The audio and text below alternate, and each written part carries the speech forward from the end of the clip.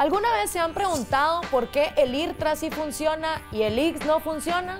¿Por qué todos los años salen los médicos a protestar que no hay medicinas, que en emergencias no hay gasa, que a las personas que necesitan una operación la dejan totalmente abandonada en los pasillos, a veces hasta se mueren esperando que alguien los atienda?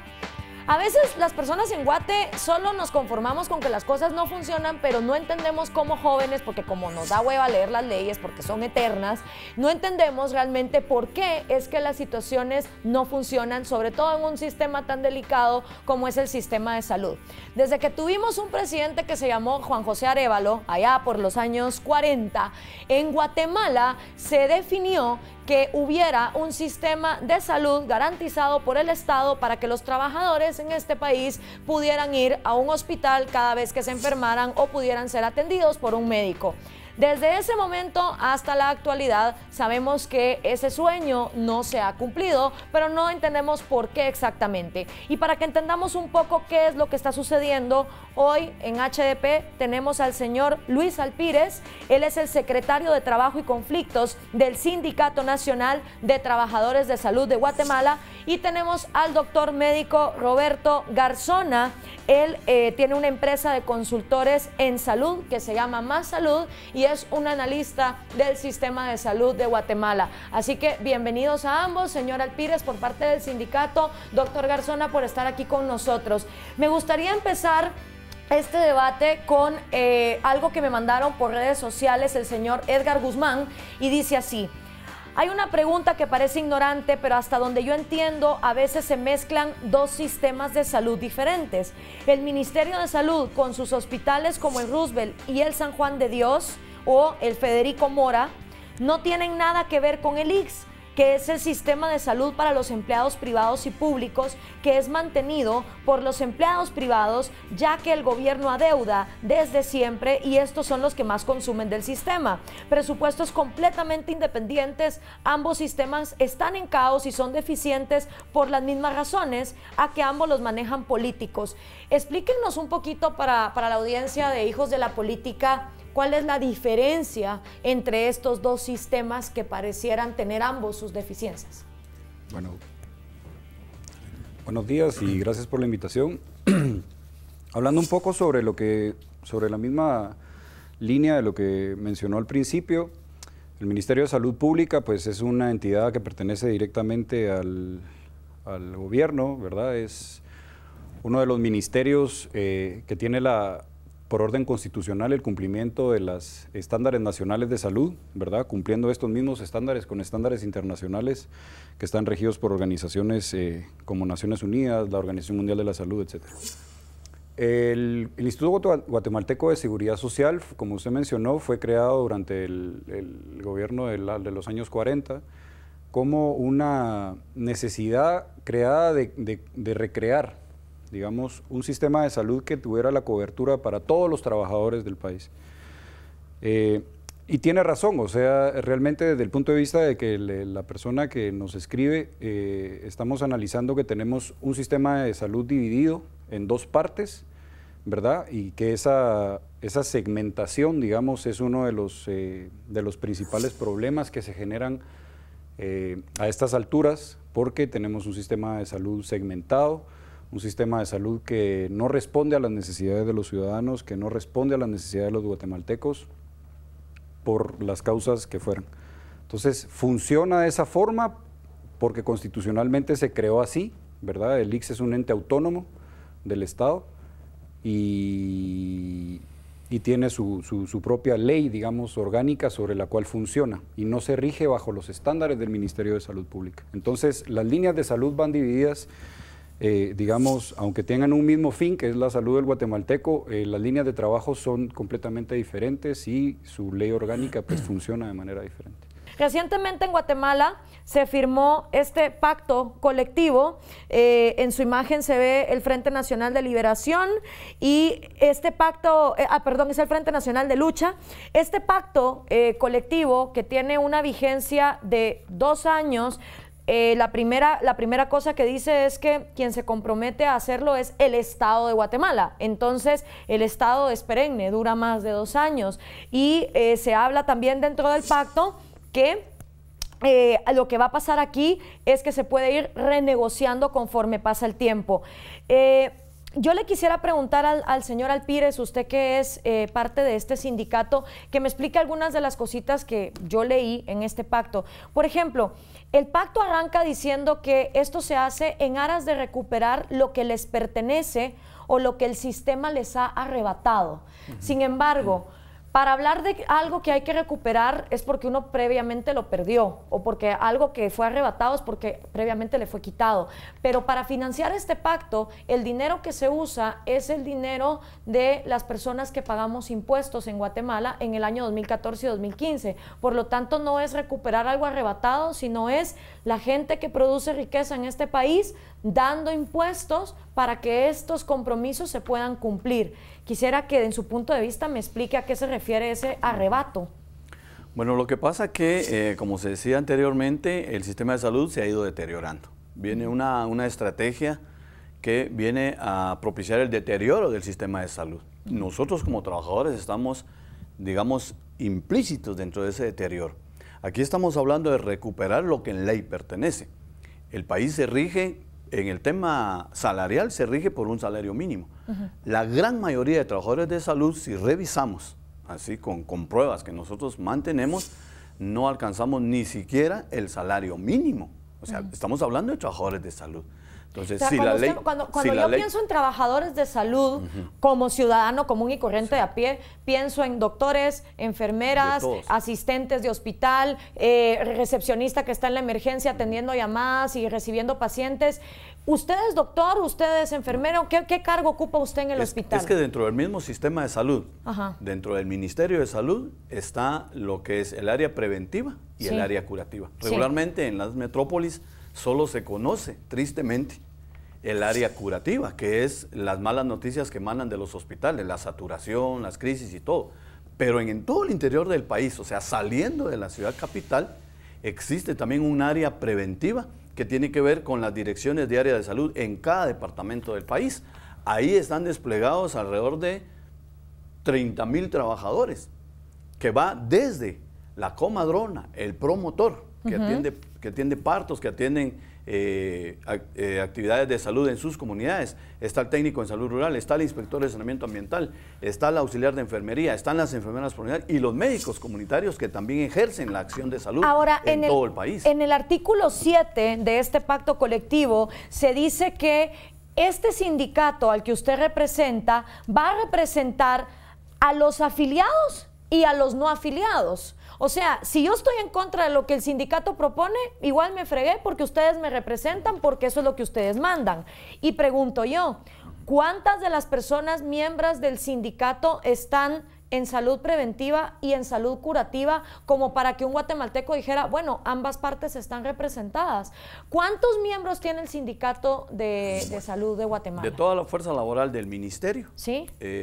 Que está alrededor de 40,000 trabajadores. Nosotros tenemos un padrón registrado en la Inspección de Trabajo, en el Ministerio de Trabajo, de aproximadamente 22,000 trabajadores. O sea, la mitad. De 40,000 trabajadores, 22,000 están afiliados, pero igual no importa porque esos 40,000 son hospitalarios y comunitarios. Por ustedes. Ok, perfecto. Quiero pasar ahora con el doctor Garzona para ver una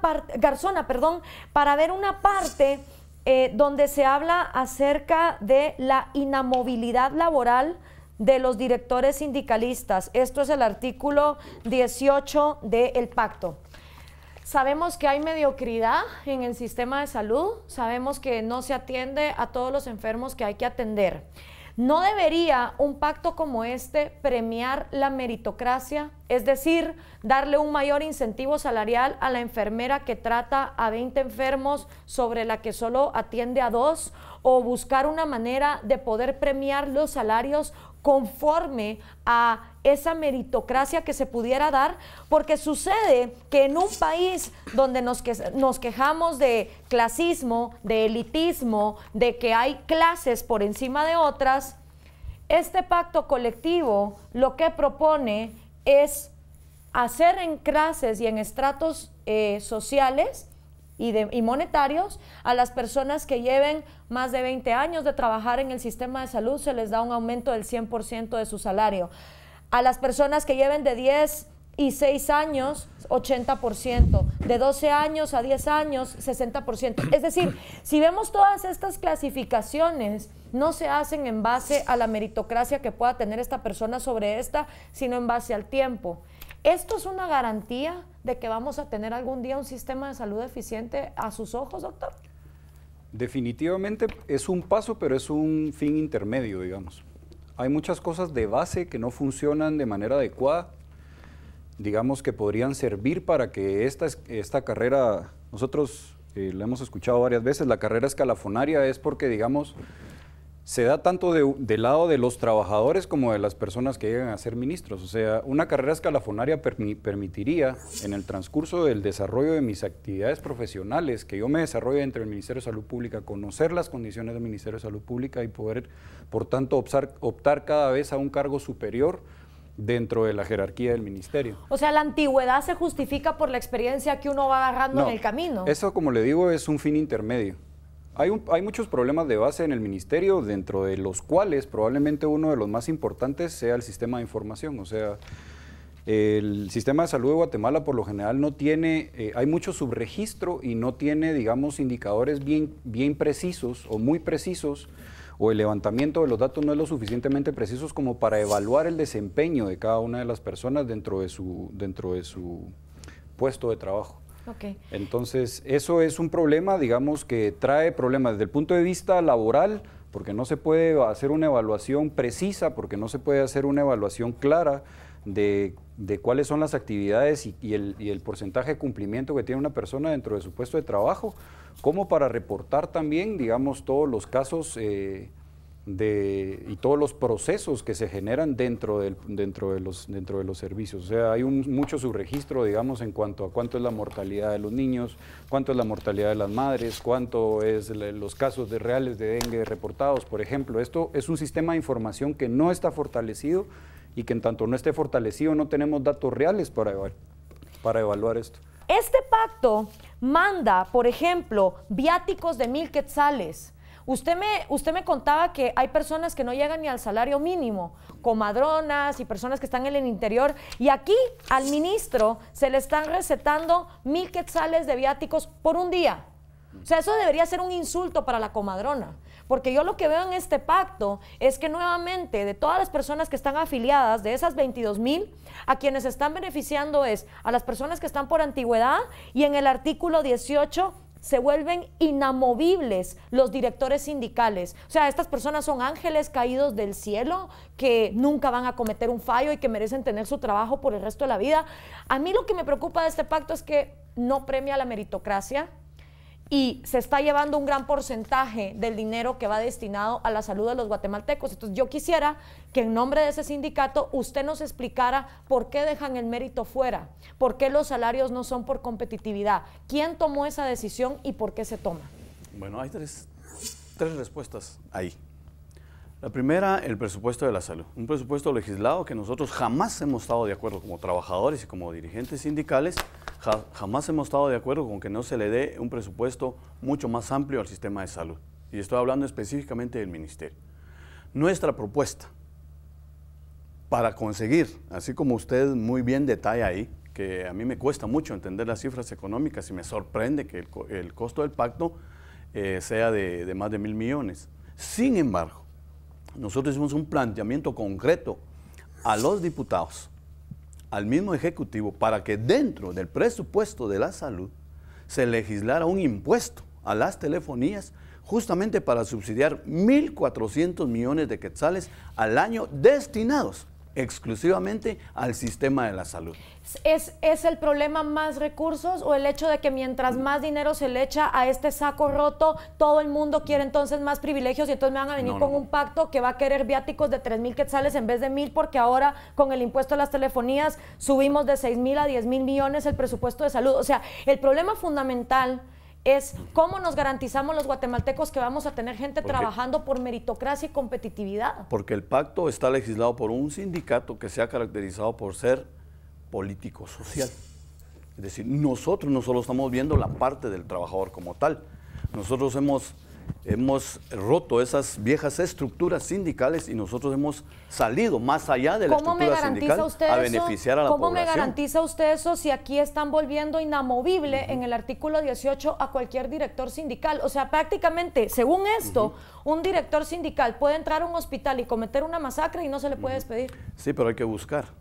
También hay un mecanismo que establece el mismo pacto colectivo que dice que la Junta Mixta es un órgano que sirve como un fuero para juzgar al trabajador o al funcionario, aunque sea sindical, aunque sea funcionario ministerial, para que el propio ministerio disponga de las sanciones administrativas que en ley corresponden. Un mecanismo en el cual también se dispone que el abogado que firmó este pacto se receta a sí mismo como el máximo defensor de cualquier persona que sea cuestionada de ser despedida. Luego pasa a una audiencia, como pasa en este país. En esas audiencias es donde se pasan los sobres debajo de la mesa y al final a la persona no se le despide.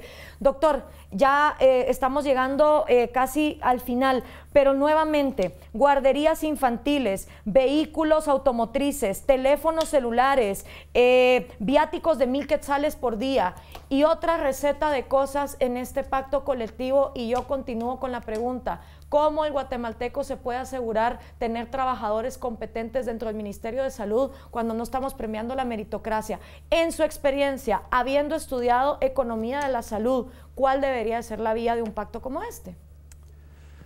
Realmente hay que valorar, digamos, las condiciones bajo las cuales se desempeñan los trabajadores. Estamos hablando un poco de lo del presupuesto y me llamó la atención que, digamos, pareciera como que el presupuesto fuera muchísima plata. Guatemala tiene asignado al presupuesto de salud el 1% del Producto Interno Bruto.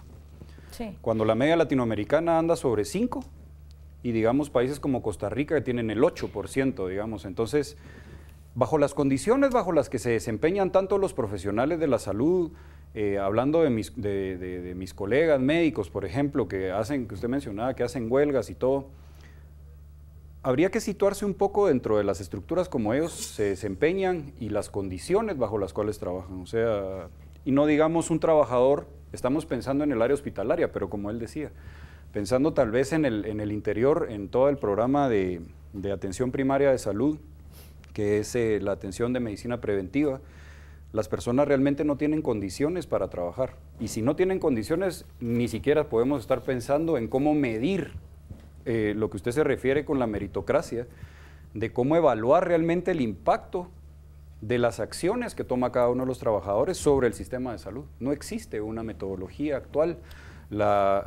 Digamos, las metodologías y las líneas de trabajo sobre las cuales ha trabajado el Ministerio a través del tiempo han sido sobre 18 programas priorizados, digamos, o cierta cantidad de programas priorizados, creo que son 18, que se le siguen asignando recursos de forma con los ojos tapados. O sea, no se evalúa el impacto real de esas acciones, los resultados no llegan a los niveles jerárquicos superiores, digamos, como para decir, bueno, este programa vale o no vale la pena seguir manteniendo, yo qué sé, 30,000 trabajadores que dependen de este programa específicamente, ¿verdad? Si no tenemos una medición del impacto real del programa, ¿cómo vamos a medir entonces el desempeño de los trabajadores en una meritocracia, como usted decía? Entonces aquí la meritocracia desapareció también hace mucho tiempo, o sea, pensándolo objetivamente, y se ponen y se asignan, digamos, puestos altos dentro de la estructura del ministerio, a dedo, con personas que probablemente no, por ser médico, no necesariamente tenés que saber sobre el Ministerio de Salud Pública o la estructura funcional del ministerio, probablemente puedas venir. Pero solo una cosa ahí, porque ya tenemos que terminar. Sí. El ser humano funciona por incentivos. Por algo, cuando los guatemaltecos se van a Estados Unidos sí respetan el semáforo, y es porque saben que los van a castigar. O sea, la gente empieza a actuar bien cuando hay una legislación que los premia por hacer bien su trabajo, que los premia por ser meritosos. Cuando las leyes no van destinadas a que tú seas meritoso, entonces no te portas bien. Es sentido común, es humanidad, no es Guatemala el problema, es que no tenemos leyes que fomenten eso. Pero ya tenemos que concluir. Yo le quiero agradecer a ambos, y para terminar me gustaría preguntarles en el imaginario: ¿va a asumir un próximo ministro de Salud en el año 2016 el cargo a este sistema? No conocemos obviamente a los ministros de salud porque ningún presidente se digna a presentar a su gabinete de gobierno de antemano, ¿verdad? Como es a dedazo, pues entonces hasta meses antes. Pero qué bonito fuera, ¿no? Que los guatemaltecos empezáramos a exigirle a los candidatos a presidente, hey, ¿y quién es tu ministro de salud? Pero imaginemos, sea quien sea que va a tomar ese cargo, ¿qué recomendación le haría el señor Alpírez en nombre de todo el sindicato de Guatemala a ese ministro? ¿Y qué recomendación le daría a usted como asesor y persona que ha estudiado la economía de la salud? Bueno, dos cosas. La primera que me parece sumamente importante. Primero, que se tiene que dejar de ver al Ministerio de Salud Pública o al sistema de salud integral como tal, como una maquila. Los trabajadores de salud no podemos responder a incentivos por méritos, porque con una vida que se salve, con una muerte que se prevenga, nosotros creemos que es el mérito suficiente. Todos los trabajadores tenemos conciencia y consecuencia de lo que hacemos, porque gracias a Dios todos los trabajadores hemos egresado de una escuela, la gran mayoría hemos egresado de una escuela. Eso significa que nos hemos formado en la atención a la salud. Si dejamos de ver al ministerio como una maquila y los que tienen que tributar, tributan para un verdadero sistema de salud financiado, nosotros creemos que se le va a dar el mérito al trabajador como debe ser. Lo del pacto colectivo, yo sí quiero ser enfático en esto, y perdón por utilizar el tiempo. No somos los trabajadores los culpables de las crisis en los sistemas de salud. Esta crisis viene ya por consensos internacionales incluso, que nosotros estamos seguros que viene a debilitar el sistema estatal en la prestación de los servicios y viene a propiciar la privatización de los mismos. Entonces los trabajadores no somos culpables.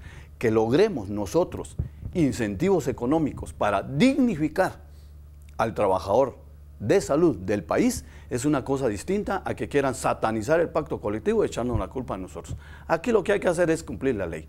Tú tienes razón en decir, hay muchas leyes que están por ahí, que como que se ignoran, que nadie las cumple. Como trabajadores tenemos la responsabilidad y la obligación de hacer cumplir por lo menos una ley profesional que es nuestra y que ha sido legislada a favor de nosotros los trabajadores y pensando obviamente en la atención tanto hospitalaria como en la atención comunitaria que nosotros prestamos. Doctor, ¿qué le recomienda a usted al próximo ministro? Los retos son amplios, sí.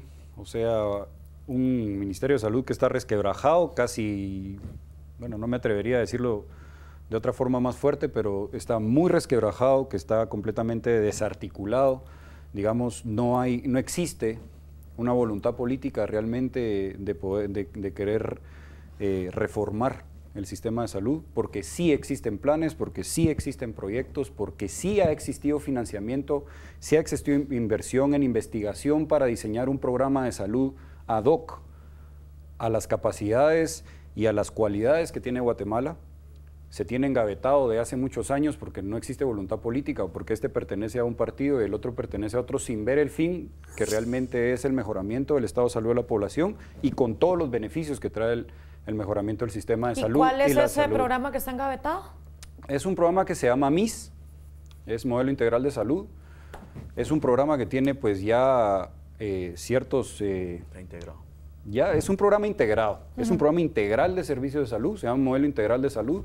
Participaron expertos de salud pública de todo el mundo, de varias partes del mundo, digamos, de los expertos, muy conocidos expertos. Ha tenido premios internacionales por el desarrollo en sí y el fundamento que tiene, que está basado en la prevención. O sea, Guatemala, como le decía al principio, pertenece a la Organización Mundial de la Salud y responde a, digamos, a muchos de los intereses de Naciones Unidas. Desde 1978, más o menos, creo que venía el fortalecimiento de los sistemas de atención preventiva y Guatemala es uno de los países que más atrasados va en el fomento de la atención de salud preventiva porque es mucho más económico y porque los resultados, pues obviamente son mucho mejores.